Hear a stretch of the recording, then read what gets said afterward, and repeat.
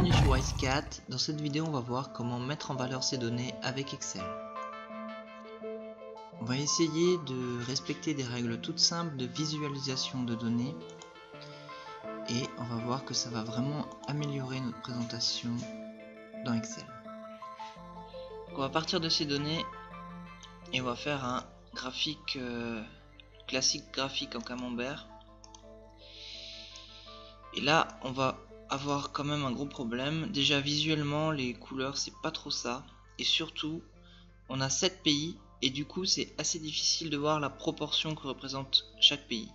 Pour moi, un graphique qui aurait plus d'impact, ça serait celui-là, le graphique en barres groupées. Donc ici déjà visuellement c'est beaucoup plus facile et on voit vraiment la proportion atteinte par chaque pays. Maintenant, ça serait encore peut-être plus parlant de trier nos données. Donc on va prendre les données, on va faire données, trier. Alors trier par colonne C, du plus petit au plus grand. On va faire même du plus grand au plus petit. Ok. Et on pourrait par exemple mettre en évidence un pays, donc par exemple l'Inde, qu'on pourrait mettre d'une couleur différente. Par exemple du rouge. Et voilà. Donc par exemple, si on fait une présentation sur l'Inde, on pourrait facilement remarquer l'Inde dans ce graphique. Alors on va partir maintenant de ces données là et on va faire un graphique en 3D.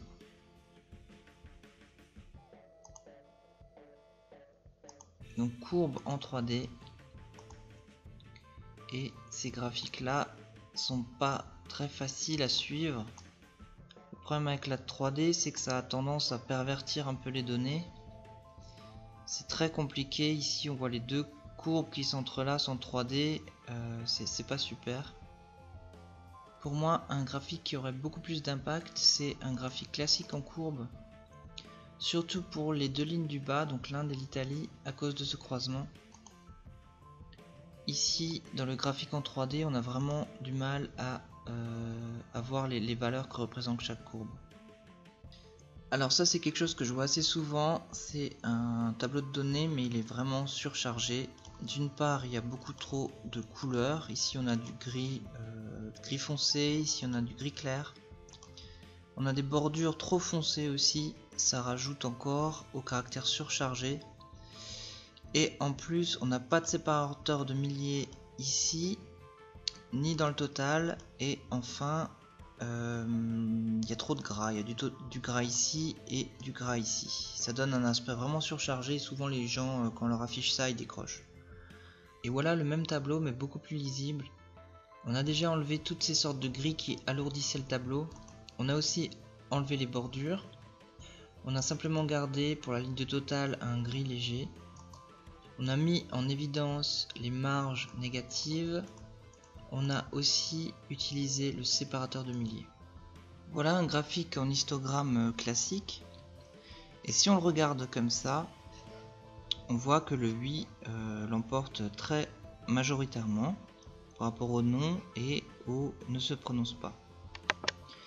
Mais si on regarde attentivement le graphique, on se rend compte que les données sont perverties à cause de l'axe ici qui commence à 2050. Si on analyse les données, en fait on se rend compte que le oui l'emporte seulement à 36% contre le non à 33% et ne se prononce pas 31%. Donc la différence est vraiment minime.